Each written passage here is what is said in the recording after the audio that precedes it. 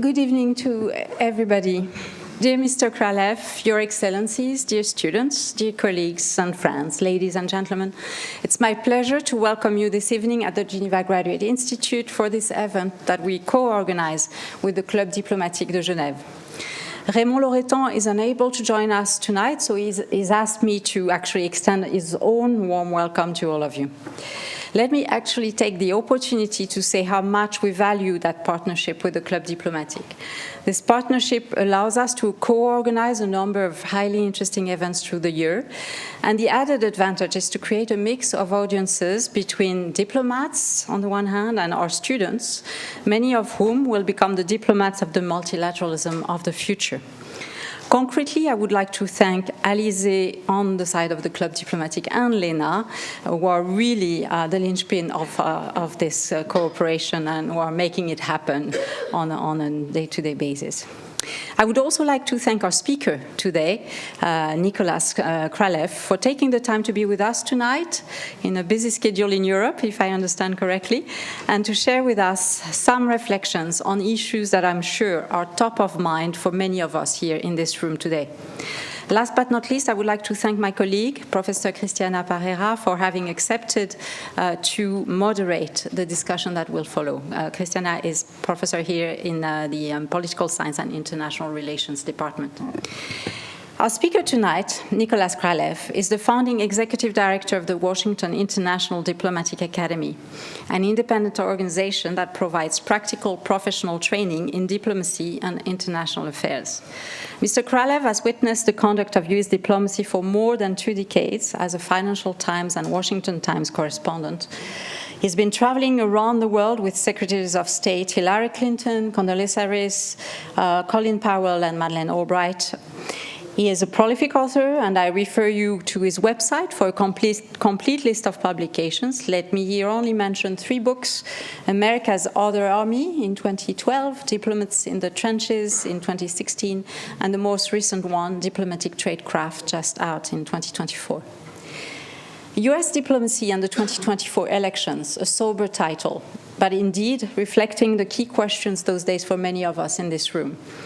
The current state of the world necessarily brings about the question of the nature and the extent of American engagement in world affairs for the coming years. And for that, it's important to assess what difference, if any, the upcoming elections will make in that regard. The current trends towards multipolarity, confrontation, mistrust, and delegitimation in the process of some of our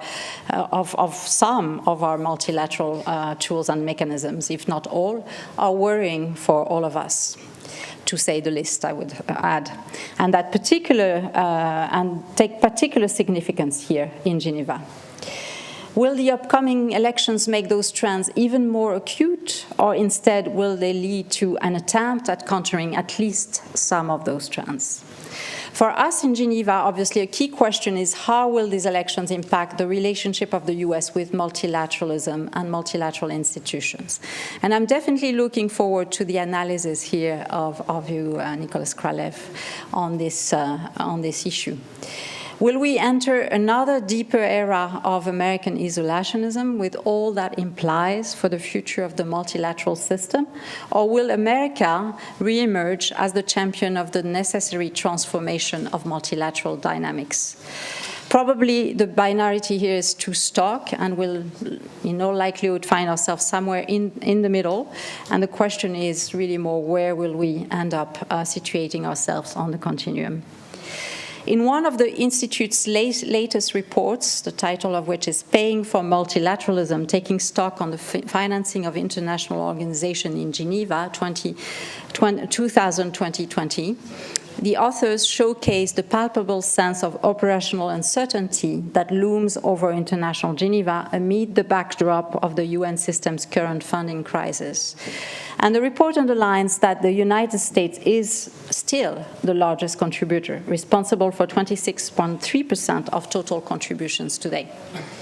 In any case, what is clear is that the November 2024 elections will be a pivotal moment in a world that looks in many ways as if suspended above the abyss. Whether we fall in the abyss or whether we manage to jump over it will depend significantly, even though naturally not only on what will happen in the US on November 5. As our late and dear colleague, Professor Mohamedou, and former ICRC President Peter Moher wrote in the first issue of the Institute's Geneva Policy Outlook, I quote, "If diplomacy must indeed be informed by expertise, science, technology, and citizen action, it has, first and foremost, to remain a layered integrator of international interaction.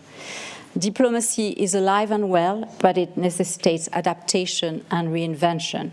Today, such rethinking is crucial amidst a global scene characterized by uncertainty, complexity, fragmentation, instability, speed, and unpredictability," end of quote. And the pivotal electoral meeting point ahead of us makes this self-reflexivity on the part of the diplomatic community, and particularly the multilateral one, even more important. At the Institute, this is something we are taking very seriously. We are furthering today a near century-long commitment to the training of diplomats and policymakers from all parts of the world, with the international and the multilateral as a common horizon. More than ever, we believe in the importance of our mission, and we're launching new study programs and initiatives with a view to encourage what is more necessary than ever: bold, new thinking, diplomatic savoir-faire, deep historical knowledge, integration of new skills that are connected with new trends like technology or with new challenges like climate and the environment or biodiversity. And finally, we also encourage the development among our students of strong personal competencies like courage, integrity, and the capacity to collaborate. Again, we're delighted to welcome you tonight, Mr. Kralev, and I'm now going to leave you the floor.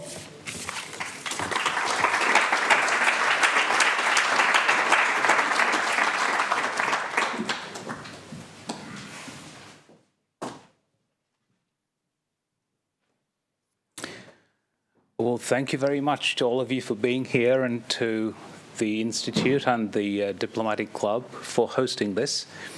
I haven't been to Geneva in 12 years, so it's good to be back. I went to visit the lake, so the check is there, and I can leave in the morning for Brussels. I will leave most of the direct comments on the topic for the Q&A, because I think the questions will be excellent from the moderator. I want to start by telling you how I decided to devote my career to diplomacy, having started it as a journalist, and what I'm trying to do currently, what difference I'm trying to make, because I assume in this room we all believe that diplomacy is the world's best hope, right? I don't want to preach to the choir, but there are some developments that I find very worrying globally in diplomacy, and in fact I think there's a hidden crisis in diplomacy that no one talks about. So I was 15 when the wall came down, the Berlin Wall, in 1989, and that's when I decided to become a journalist, because it was just so interesting how society has changed almost overnight, it seemed. I was born in Bulgaria, so the difference was astonishing between the political and economic systems that existed before 1989 and what happened afterwards. Eventually, of course, I learned about the role of diplomacy, of American and Western diplomacy in general, that had an impact on the transition. First on ending the Cold War, and then transitioning to the new systems, political and economic systems in Central and Eastern Europe. Now, of course, diplomacy wasn't the only reason that the Cold War ended, but I believe it played a role, a significant role. So when I became a journalist, my interest naturally veered to diplomacy, and as you heard, for a decade, I covered the US State Department as a correspondent, first for the Financial Times and then for the Washington Times. And part of the job was going around the world with the Secretary of State. I've been to 107 countries, although not all of them with a Secretary of State. I sometimes travel alone. As I was doing the job and writing the stories every day that made headlines on the front pages, I became very interested in the people that practice diplomacy on a daily basis, or the career diplomats. Not many people seemed interested in them. And that's why I wrote this book that was just mentioned, America's Other Army, in 2012. That's the last time I was here, and I spoke at the UN Library. It became not only interesting to me, but astonishing how little politicians know about diplomacy and how diplomacy can help them in statecraft. And to this day, I believe that most politicians in any country do not fully understand what diplomacy can accomplish. And consequently, they don't invest nearly enough resources in diplomacy. And I don't mean just picking up someone from politics or academia or law or some other field and giving them a diplomatic position for a couple of years and saying, oh, they're diplomats now. I mean people who are professional diplomats. And I've tried to explain to myself why that is. I won't bore you with all the ideas that and theories that I've developed in that respect. But I am concerned, as I said at the beginning, about the link between the state of the world and all the conflicts going on and the effectiveness or the lack of effectiveness of diplomacy. I think there is such a direct link. Because governments around the world have underinvested in diplomacy, they don't have nearly enough career diplomats. I'll give you a couple of examples. India, with 1.5 billion people, has 850 career diplomats. Brazil has 1,500. The United States has by far the largest foreign service in the world, with about 8,000 career diplomats. And I know it's a big number, but compared to what, right? This number represents 1.6% of the active duty members of the US military. In other words, we have 162 times more members of the military than we do diplomats. If we take the number just abroad, the domain of diplomats, right? Abroad.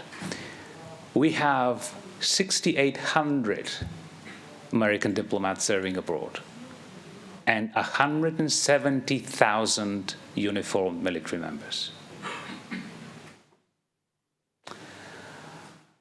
So I am on a campaign to encourage, cajole, persuade more governments to increase the numbers of their foreign services or diplomatic services. Foreign services, the word foreign is tricky. Some people don't like the word foreign. So let's call them diplomatic services, which is actually more accurate anyway.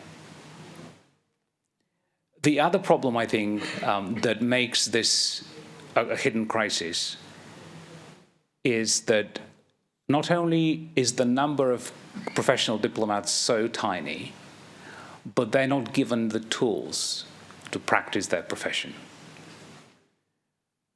First, they're particularly at the entry levels, they're paid embarrassing amounts of money in terms of salaries, and really embarrassing. A couple of examples. In Ireland, the annual salary of a new diplomat is 38,000 euro. It's even less in the Czech Republic, or Czechia as it's now called. And I know because there is a graduate of our academy who is now a diplomat at the Czech Foreign Ministry, and he's told me how much he makes. And then the probably more important tools are the skills. None of us is born with the ability to practice diplomacy. A degree in international relations does not mean that one can practice diplomacy. It's a great foundation, but there is a big difference between that discipline, which is an academic discipline, and diplomatic practice. Because of all that, I looked a few years ago at what's available out there for young people to learn what diplomacy is all about, what a diplomatic career is like, and what the life of a diplomat is like. Because diplomacy, as you know, is not just a profession, it's a way of life. It affects all aspects of your life, including that of your family.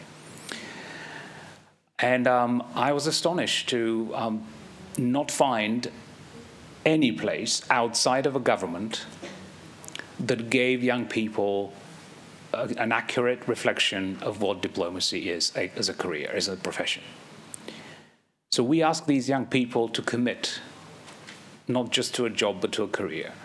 And unless you've spent time at an embassy, you don't know what an embassy does, really, on a daily basis. You don't even know what sections an embassy has.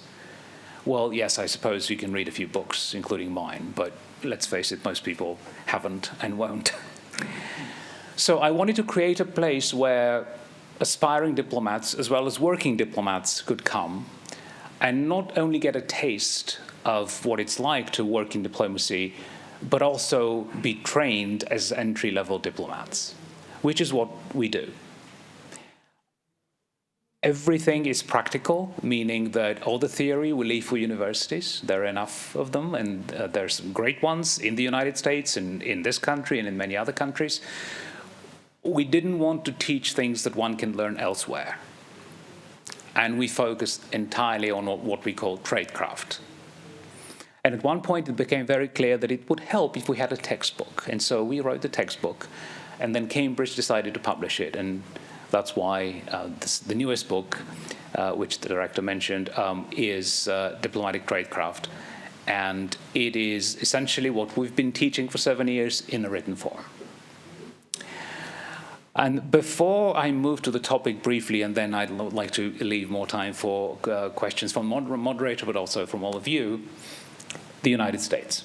Okay, so I was inspired by American diplomacy to dedicate the second part, or hopefully longer than the first half, at some point of my career, to diplomacy.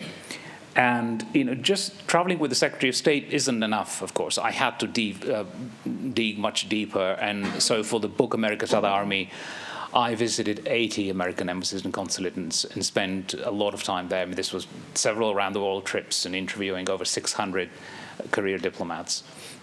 So what I know is by observing and by talking to the people who are doing it. But then when it came time to design the curriculum for my academy, of course, I chose some of the best career ambassadors,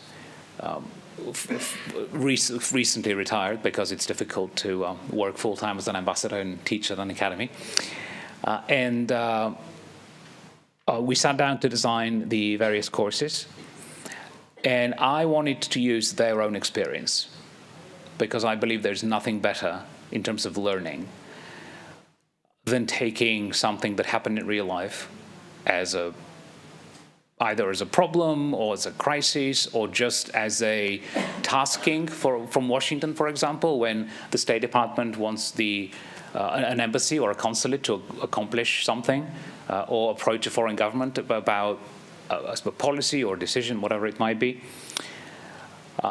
And so use that experience to create case studies, exercise scenarios, other simulations, and interactive activities, because essentially, I believe that's how one learns tradecraft. So with the initial inspiration, of course, I invested a lot about in American diplomacies, but just personally. And so I'm concerned when these problems that I talked about a few minutes ago in the hidden crisis, they also apply to the United States, unfortunately. The entry-level diplomats we have are very smart, very intelligent. Unfortunately, as I said, none of us is born with the ability to practice international diplomacy, and you have to be trained. And so for decades, if not longer, for centuries, the culture in diplomacy has been that you cannot teach it in the classroom. That is the understanding that most people hold, that you have to learn it on the job. And I agree that diplomacy is a unique profession. You can only hone it and master it on the job. I have no qualms with that. However, I do believe that you can teach the foundational skills and duties in a classroom setting with the caveat, as I mentioned a minute ago, with the practical aspect of it and the simulations and the case studies. And unfortunately, almost none of this goes on. It's better today than it was 10 or 20 years ago, but I find that the initial training that diplomats get is very, very minimal. And unlike in other professions, the first day you are hired by the Ministry of Foreign Affairs or the State Department, you're a diplomat. You're not an apprentice, you're not a trainee, you're a diplomat with all the benefits, all the responsibilities, and unfortunately, it takes years. If you don't give people this initial training, it takes years for them to learn how to do their job. And to me, that is just not a responsible expenditure of taxpayers' money, just to have people keep learning on the job while we can give them much of this in advance. And so how, if in any way, would the election change any of that? I was talking in 2016 in several countries in Europe about how that election was going to change things. And substantively, of course, the two major candidates have a very different approach to diplomacy and career diplomats, right? At least one of the candidates has a certain level of respect for diplomacy and diplomats. Whether any changes will be made in terms of what I'm talking about and the investment in the career foreign service and the training, I think that really depends on who the Secretary of State will be. So we can talk, if you like, or if any of you like, about more specifically, who will be Secretary of State if one candidate won or the other. I don't really know much. Well, there hasn't been talk, which I would know, I suppose. There hasn't been much talk in Washington about who will be Secretary of State in another Trump administration, although someone must have ideas. But so I'll give you an example. Bill Burns is currently the CIA director, and he's the first career diplomat to be named CIA director. He was almost certain to become Secretary of State had Biden stayed in the campaign and won. I don't know for sure whether Kamala Harris would give him the job. But if he were to become Secretary of State, I think some meaningful changes have a good likelihood of happening because of his 32 years as a career diplomat.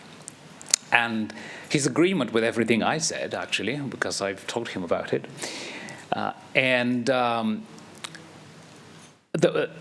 Because the State Department is such a huge bureaucracy, it has 70,000 employees. Now, it's at only 8,000 diplomats, but most of the employees are not diplomats. 50,000 of the 70,000 are not even Americans.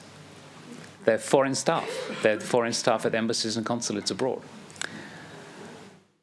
In any case, because it's such a huge bureaucracy, regardless of who works there, the system is so difficult to change, and people are so used to it that I don't even think they see some of what I see. And so to finish here for the time being standing, so we can sit down, it's really the inertia that exists in a bureaucracy like that, the level of contentment that exists at the State Department, at the Foreign Service Institute, in particular, because that's where the training takes place when it comes to people from the State Department.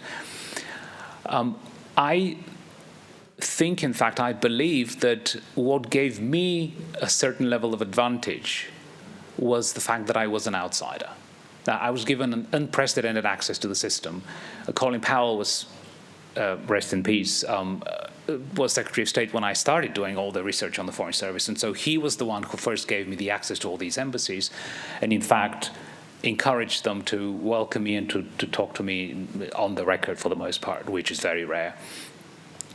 But because I was an outsider, and I thought it gave me a unique perspective and the ability to look at the big picture and then sort of zoom in on what I thought the problematic parts of it were. Some of the people inside agree with me, some don't. But I do understand, having served on foreign service promotion boards, which are the panels that evaluate foreign service members and recommend them for promotion or not. By law, there has to be a public member in every panel. And so I've served on such panels at the State Department and USAID, the U.S. Agency for International Development. So I understand that people used to the system, they're willing to tweak it here and there a little, but not really overhaul it in the way that I think it should be overhauled. Specifically in the way we take people in or accept people, recruit people into the Foreign Service, and then that initial training that we give them. I happen to believe that we need to give them at least 6 months, if not 12 months, of what I call diplomatic boot camp before they are allowed to practice diplomacy, because currently they get 6 weeks of orientation. They don't even call it training. And I think it's just completely insufficient. But anyway, so I'll stop here, and hopefully I arose some emotions and thoughts and views in you that you will share in a bit, and we can have a conversation. Thanks very much. Look forward to your questions.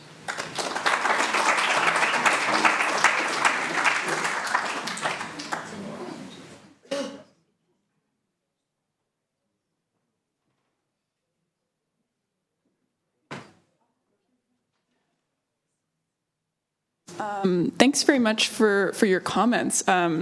I found your characterization of the state of diplomacy, and specifically in the U.S., really fascinating. Right, on the one hand, this is an institution characterized by a vast bureaucracy, a lot of inertia, a lot of things stay consistently the same, and on the other hand, there's great capacity for change at the drop of a hat on November 5th. And so my first question actually picks up on a point that our director made, which is that the U.S. is the single largest donor, as a recent report from the Institute made clear, to organizations headquartered in international Geneva. You made the point that these two candidates, Kamala Harris and Donald Trump, have very clearly different orientations toward diplomacy. And so I'm wondering how you think those orientations might be brought to bear on specifically the U.S.'s relationship to our community here broadly. Yeah, thank you. So what I've come to understand over these more than 20 years in Washington and working on these issues is that the job of the Secretary of State is very particular. It's actually 3 jobs in one. First, that's the leader of the State Department, right? It's the CEO of the State Department. The second is, at least on paper, the President's chief foreign policy advisor, on paper. And the third is the chief diplomat, who goes around dancing around the world. How do you find someone to be good at all these 3 jobs? Colin Powell was a great manager of the building. They loved him. He made significant changes that are still here to this day. Was he the President's chief foreign policy advisor? We can debate that, right? How much Bush listened to him, right? Condoleezza Rice absolutely had the ear of the President. it's actually difficult to find a relationship between the President and the Secretary of State closer than that. Well, Jim Baker was very close with the first Bush, so, but it's still different, of course. So for any meaningful change to happen, the Secretary of State has to have the ear of the President and the ability to persuade the President to undertake such change. And let's face it, no one in American democracy, or in the system we have, knows for sure that they will have more than 4 years in power, right? That's what they elected for, 4 years. I know that some people have other ideas, but hopefully they won't come to pass.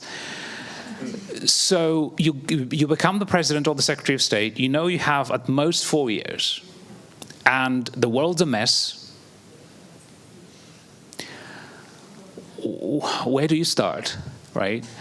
No one thinks about, oh, how do we change the bureaucracy? They have crisis to solve, right? They have peace to bring about. So it will take someone like Bill Burns, I think, who has experience in the system and knows the benefits of the changes that I'm talking about. Now, is what I'm saying likely to happen under Harris than Trump? Absolutely, probably 7 million times likely to happen. But we shouldn't assume it, because she will have other priorities. We already know what her priorities might be. And we also have the track record of the first Trump administration when it comes to treating diplomats and diplomacy, right? He believes that transactional is fine, right? And we say, and we teach at our academy, that diplomacy, the transactional diplomacy almost never works. And we have case studies and exercise that we do, so I'm not going to bore you with that.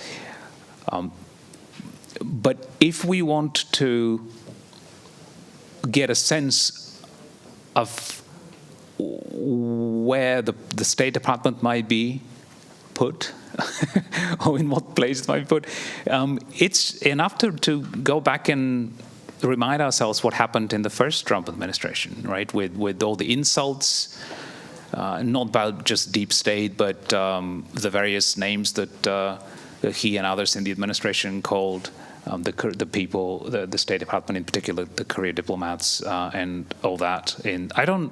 I'm not sure in other capitals. I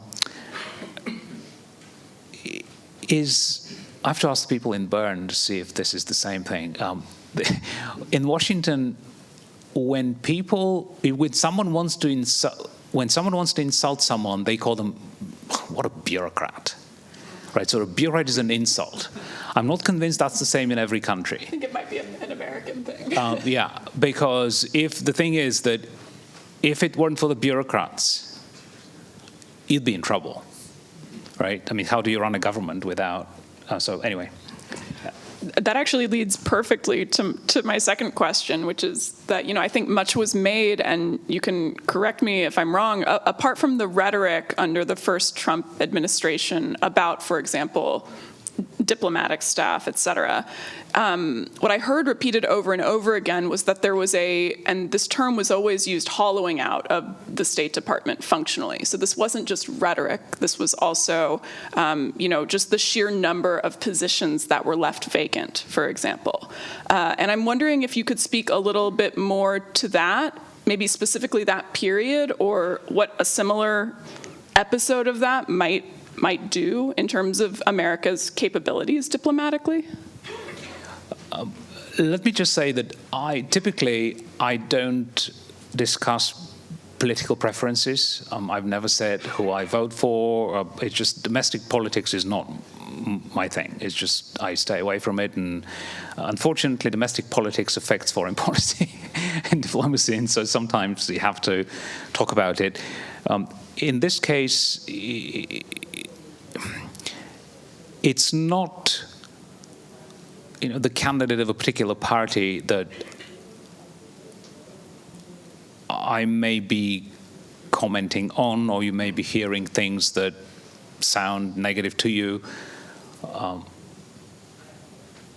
it's just based on track record, right? What's happened in the past and what the candidate and people in the campaign have said on the subject. So that's what I base my views on. So back then, in 2017, at the beginning of the administration, there were several decisions that were made early on. The first one was the Muslim ban, the travel ban, on, I think, January 27th. I remember it because it's my father's birthday. There were others. That led to sort of mass resignations. The positions that were left vacant had to do partially with that, but also with the failure of the Senate to confirm many political appointees in positions of assistant secretary and higher, as well as ambassadors, who all have to be confirmed by the Senate. But the administration at the time had no trouble with acting people, right? When you cannot confirm someone in the Senate, then someone has to act in that position. And in fact, famously, towards the end of the Trump administration, there were very high-level officials in acting capacities. For example, the Secretary of Homeland Security was an acting person, and actually, I think last year that it was determined that apparently was illegal, whatever that means. Well, it's a done deal, so nobody's been prosecuted, so I don't know. Anyway, we had an acting director of national intelligence. I mean, that's an important job, right? And in the first 2 years, they had the Republicans had the Senate and the House, right? So it wasn't the Democrats stalling confirmations in the Senate. They had both houses and the White House.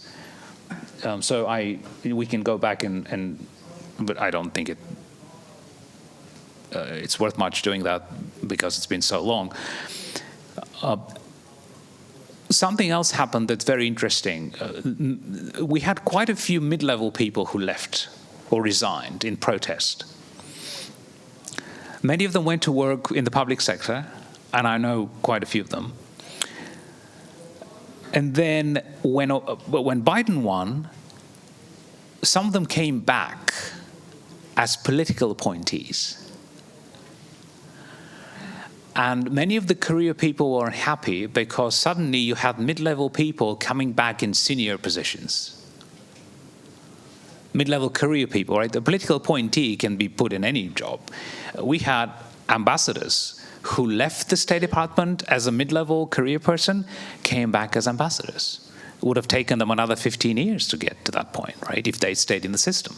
So it really ruffled some feathers that in the Foreign Service. On one hand, they were happy that Biden had won. On the other, they didn't like this practice of bringing back people who had resigned.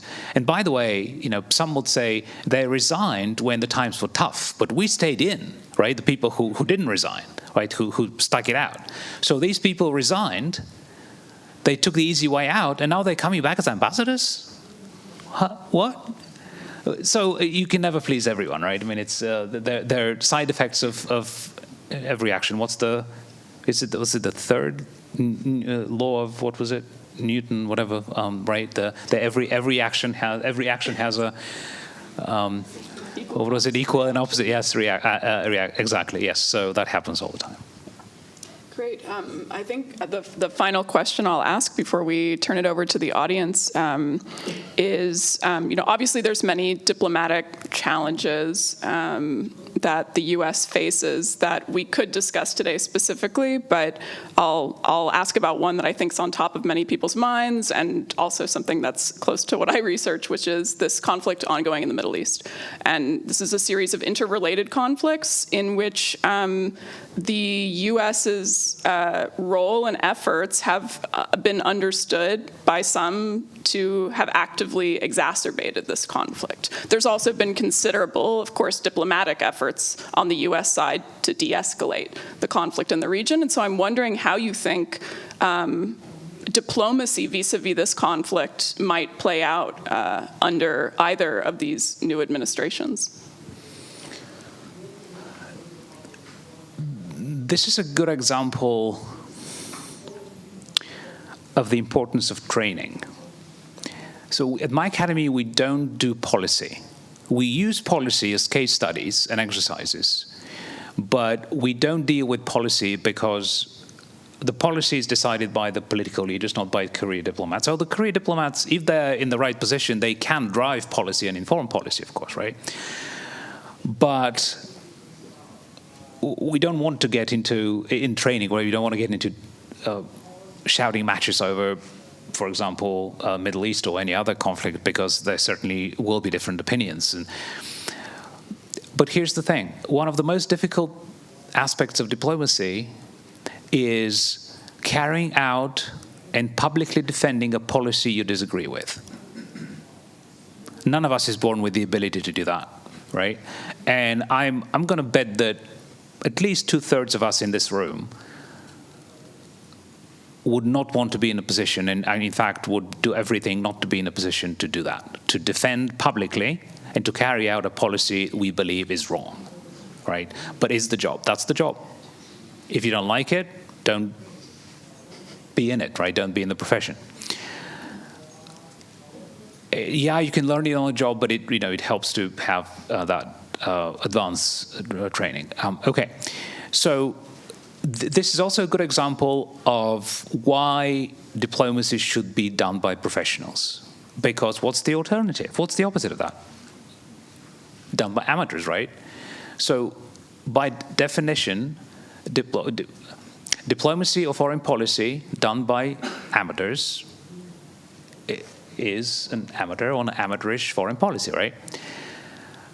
And in the American system, unfortunately, we have so many political appointees with no qualifications to practice diplomacy. And so to me, the first question on, well, I was going to say on November 6th, but I'm going to say whenever we have a result,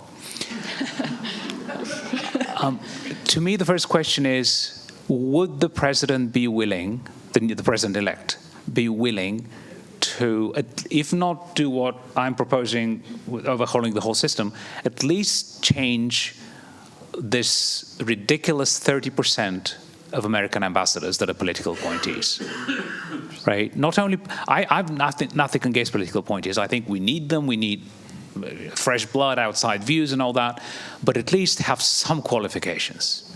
And currently, 99% of them do not have any qualifications. Just because you were a successful partner in the law firm, I'm sorry, does not make you automatically a great ambassador. And let's face it also, almost every political ambassador that gets nominated has never spent any time at an embassy. How are they supposed to run it? But that's what we have. Since the Kennedy administration, we've had 30% of American ambassadors being political appointees. And in the past several elections, we've had both former career ambassadors and former political appointees write open letters to both candidates. We had it in 2020 and 2016, urging them to do something about this, right? Not to appoint so many completely unqualified political appointees as ambassadors. Nothing has changed. Given the nature of elections in the United States and the role of money in elections, I am not holding my breath, because every candidate needs support, needs fundraising, right? And for some reason, they think that the best way to thank someone for fundraising or giving money is to make them an ambassador. I honestly, intellectually, I have trouble wrapping my mind around this. There are so many other positions. Why not make them generals? I mean, seriously, why is it acceptable to make someone like this an ambassador but not a general? Well, because we professionalized the military a long time ago. One other thing I'd like to say, and I think for many of you, I hope you would appreciate this because it's this type of audience. The underlying reason that diplomacy training hasn't really been a thing is that there's never been an accepted body of knowledge, a codified best practices, if you like, in diplomacy. This is what the military calls doctrine, right? The US military has had military doctrine for over 100 years. We have never had diplomatic doctrine. No country has ever had diplomatic doctrine. So the main skill sets, the main duties and responsibilities are not really, there are no standards. Even in deciding who is a great diplomat, there are no standards. There are no official or commonly accepted standards. And a quick story, I was in a US embassy in an African country many years ago, at the beginning of my research. And I was in a meeting of what's called the country team. That's the leadership, the ambassador, the deputy, and the heads of sections. And we had downgraded relations at the time, so we had a chargé d'affaires, and so the chargé introduced me to the chief of the political section, who was a woman. I'm not going to say her name, but and he said she's one of the best officers I've ever known. 2 weeks later, I was in Beijing, talking to the deputy chief of mission there, and the woman's name came up. I forget how, and the guy in Beijing says, "Oh my God, she's one of the worst I've ever seen." How is it possible for the same officer to be judged as one of the best and one of the worst at the same time by two different members of the Foreign Service? It's because there's just, it's autopilot, it's random. And I would love for diplomacy to be accepted as a real profession. Unfortunately, it's not right now. And I think it's underdeveloped. And that's an expression of what I'm talking about, and it's kind of a catch-22, because on one hand, I don't think politicians trust career diplomats. I don't think Obama trusted career diplomats, other than a couple of them. I mean, Bill Burns being one of them. Even, Obama said all the right things about diplomacy and all that, and still he would leave out, when he went to certain countries to visit, he would leave the ambassador out of key meetings. Right? To me, it doesn't matter what it does matter what you say, but I'd rather look at what you're doing. And so to me, that was a very bad message to send to the career people. I mean, they were quiet because at least he was better than many others. And so, okay, we'll keep quiet. And so the catch-22 is that on one hand, the presidents, I think, don't trust the Foreign Service. On the other hand, how do we prove to the president or to the Foreign Service should be trusted if we don't have a good training system and it's all on the job? We will throw you into the deep end and you just figure it out. Because that's what it is. It's by osmosis. We want people to learn to do diplomacy by osmosis, by observing the more senior people, right? By shadowing them, by being mentored, if possible, and by osmosis. And that's just not serious. And I hope that someday diplomacy will be taken very seriously as a real profession. But unfortunately, we're not there yet. And honestly, whoever gets elected in a couple of weeks, that won't change. I'm sorry to be such a. I'm a realist. Well, look. At least I'm trying to do something, right? And I know that one person is not going to change much, but I still have some time, so I'll do my best. Great. Well, I want to make sure we leave some time for audience questions. So perhaps people can raise their hands, and I know we have people roaming with mics, so you can start wherever you'd like.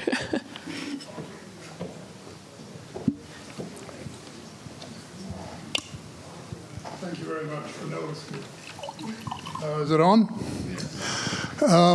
Nicholas, thank you for your expose, and thank you again for bringing your excellent book to the UNOG Library 12 years and 10 days ago. And it was a pleasure to host you. If I may ask you to elaborate a little bit, I think it would be useful for everybody. How do you dovetail with the U.S. Foreign Service Institute? And 20 years ago was, I understand, when you founded the Academy. How did you get that niche? Was it just Colin Powell, or, for example, the Walsh School of Foreign Service, okay, other schools? How did you get that niche to work for you? Thank you. 7 years ago, not 20 years ago. But we don't dovetail with the Foreign Service Institute because we are not government. We don't want to have formal connections with the government. I think that's an advantage. And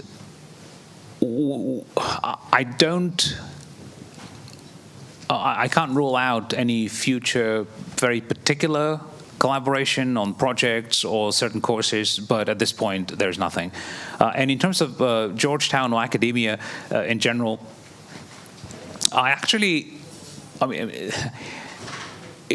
when I was thinking of starting the Academy, the most logical thing to do, I thought, was to try to do it as part of a university, right? And I went to all the major ones in DC, and they all told me what a great idea. I would love to do it, but you have to bring in $10 million. And I was like, well, if I had $10 million, why would I come to you, right? So eventually, I decided to do it independently and teach things that no one else teaches. I looked at so many schools' curricula, even those that claim to bestow degrees in diplomacy. And I was appalled by how almost non-existent practical skills were from the curriculum. What astonished me even more is that just a few months ago, there is a school in New Jersey, Seton Hall University. They have a degree in diplomacy, an undergraduate degree in diplomacy and something, international something. I happened to be looking for new business insurance, talking to a broker, and he told me he had graduated from Seton Hall with a degree in diplomacy. And he's an insurance broker. And so I asked, well, when you graduated, did you think you had any skills or qualification to work in diplomacy? He said, absolutely not. So I asked him to connect me with one of the associate deans there, and because I wanted to understand, and I looked at their curriculum. There was one course taught by a practitioner, a former Foreign Service officer, but that was a course in Washington about, they have one of those, the Washington semester things, right, that many schools have. And the course wasn't even about diplomacy, it was about how Washington works, generally. And so how are you giving people degrees, but every single one of the teachers is an academic, which is fine, but one practitioner who doesn't even teach a course in diplomacy. And when she told me, well, she argued that they do teach diplomacy skills, and she gave me examples. And when I read them in the email, I said to myself, oh my God, she actually doesn't know what happens in an embassy. Genuinely, she just didn't know what happens in the daily duties that one performs at an embassy. And someone else in academia validated that impression. He actually wrote a blurb for the book, for the new book, and said exactly that we in academia really have no idea how one works at an embassy. How are we supposed to advise our students who want to be diplomats? And so this is what I wanted to do. What's lacking in academia is what I wanted to do, which is why if someone, that's what we always say, at the end of a course, if someone comes to take a course, they know, is this for them? Is this diplomacy? Is this a profession for them? Or is it not? And then what aspect of diplomacy? And that was my purpose with the new book, with Diplomatic Tradecraft, because it is essentially the first ever practical diplomacy textbook. I know it's 2024, but no one's bothered until now to write a practical diplomacy textbook. Again, I think because people thought that diplomacy cannot be taught in the classroom, so why bother? And I mean, Cambridge and I did a lot of research to see if someone else wrote a book that comes closer to something like this, and we couldn't find any. And now I say, you don't have to come to a course. By the end of the book, you will know whether diplomacy is for you, because essentially, whatever your degree is from university, it doesn't matter. It might be biology, it might be political science, it doesn't matter. But if you have the knowledge that's contained in the book, and if you understand, much of it, hopefully most of it, you will know whether this is a profession that you should pursue or not. And I hope it'll be used in academia. I mean, I've written it in a way with the number of chapters reflects the number of weeks in a semester. So I'm hoping that universities will use it and will start teaching diplomacy skills, because I've talked to associate deans and deans in DC, and they've told me that their graduate students in particular have expressed a bit of a sort of irritation that the graduate degrees that they're pursuing are not giving them enough practical skills. That they're graduating, they have the diploma, and then they start work and they don't really know what to do on day one. And of course, that happens in many professions and in many organizations and companies. You have to go and undergo some sort of initial training. But still, they spend the money to get a graduate degree. They want to have practical, usable skills as soon as possible, not after another 6 months of training in whatever company they end up joining. So this is not to criticize anyone. It's just that I think academia has a role to play in preparing the next generation of diplomats. And starting with a course and eventually with perhaps a degree in diplomatic practice, I think makes a lot of sense, or would make a lot of sense. Great. Well, in just the few minutes we have remaining, I think we might have time for one more question from the audience. So, yeah. Thank you so much. Does this work? Yes. Max Straffer from the Simon Institute, here based at the Graduate Institute. I understand you're diplomatic in your answers, but I'd like to have your thoughts on two undiplomatic questions, maybe. It seems to me that the country's investment in diplomacy does hinge on whether the country values multilateralism or the extent to which a country values multilateralism. So I'm curious, how would you convince a Harris or a Trump administration on investing more in the multilateral system? And the second question I have is, how would you advise diplomats to handle new diplomatic actors like private sector companies, Apple, Microsoft, Google, etc., in a geopolitical system where other diplomatic actors like China, Russia, other developing countries do not want those private companies to have this status? Thank you.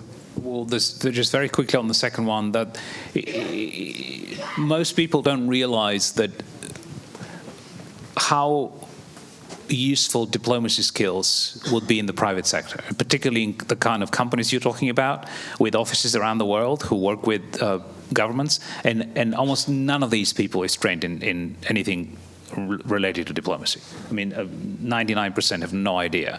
And so we have a course like that, and we're working on more.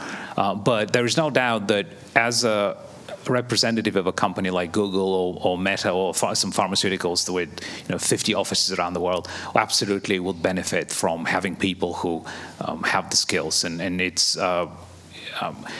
anyway, it seems obvious, but it takes a lot of work to actually make them see the light. And on the first one, multilateralism, so what we know, because it's been said on the record many times,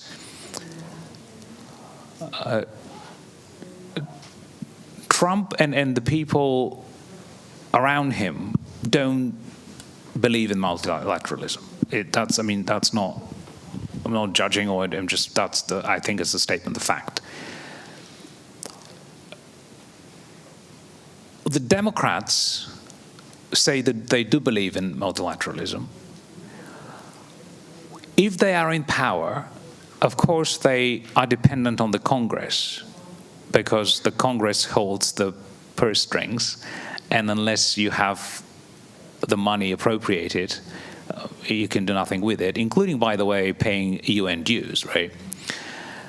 So again, unfortunately for me, domestic politics plays a big role in foreign policy and in diplomacy.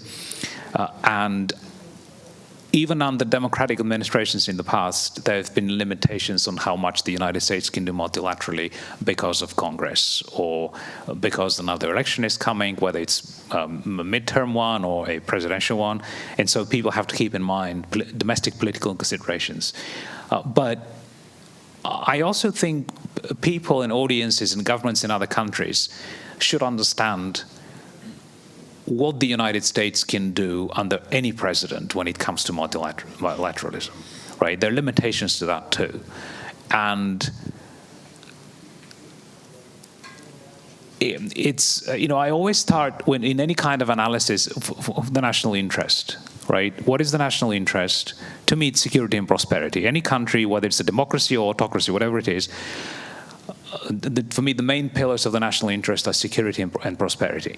And I think everything diplomats do should contribute in some way to one of those two, ideally to both, but at least once. Values have played a role in U.S. foreign policy since at least the Jimmy Carter administration. And values do factor into the foreign policies of other countries as well, particularly Western countries. But prosperity and security apply for everyone. So in this type of analysis, then we have to determine, is a multilateral solution to a foreign policy problem better for the U.S. national interest? Right? In many cases, the answer is yes. In some cases, it may not be. It just depends. What I'm saying is just a blanket statement. Practically, is problematic for the people in power. Now, if it were up to me, multilateralism will play a much bigger role. But I'm also, as I said, a realist and pragmatic when it comes to these things. So you would, if you open up a speech by a presidential candidate and look for, do the search thing, the Control-F thing, or whatever it is, and just look for words and phrases that have to do with multilateralism or the United Nations and all that, they all say that the American national interest will always supersede blah, blah, all the other stuff in my administration if I get elected, all that. And that's to say that this happens with look at the Brexit and all the other voices around Europe when it comes to the EU, right? And the sovereignty question and what supersedes what and all that. Madeleine Albright used to say something that was, it was meant to be funny, but I think it was also true. Multilateralism, unfortunately, is one of those words that Americans don't like, not because of the substance or the definition of it, but because it's very long and it ends with an ism. Okay? And it takes a lot for the average American to understand the value of the United Nations, for example, or multilateralism, which is, for me, personally, for me, that's even more of a reason to try to make the case why the national interest will be served better if you try to solve problems in a multilateral setting, right? Because so many problems today do not know borders, right? They don't care about borders. And it's not just climate change. People give climate change as the example of, who cares about borders anyway? But it's everything. It's trafficking of people and other things. And of course, it's it's health and it's science and all that. And I don't think enough has been done by the politicians, by the way, to make the case to the American public that multilateralism and diplomacy, when we talk about multilateralism, many people think of diplomacy in general, right? Not whatever, bilateral, multilateral, it's diplomacy. And when it comes to the tools, I talked earlier about the tools and the underinvestment in young generation of diplomats. To me, diplomacy should always be the tool of first resort, right? It's much cheaper, and people usually don't die when you try to solve a problem through diplomacy, because that means you're talking to people. Right now, we're in a period where I just did something that I criticize others for doing, which is I set a time period and I said where should it be when, right? So we're in a period when, because of all these conflicts, the attention is on force much more than on diplomacy. And because of the way the media works today, it just steals the headlines. And diplomacy always comes up only when someone is trying to achieve a ceasefire, right? Nobody's thinking more deeply about these systematic, whether it's multilateral or bilateral issues. But hopefully, one good thing that could come out of the election, I feel personally, living in Washington, that we've been distracted by so much crap that really has nothing to do with the way we live our lives. And so if and when that's behind us, we can focus on real things, right, real issues. And I can only hope that diplomacy will be one of them. And I will do my best to make sure that happens, whether it's by trying to do something within the government, or if I don't have enough connections in whatever the government is, from outside. Well, I think that's a very somewhat hopeful note to end on, so I hope you'll join me in giving Mr. Kralev another round of applause. Well, thank you.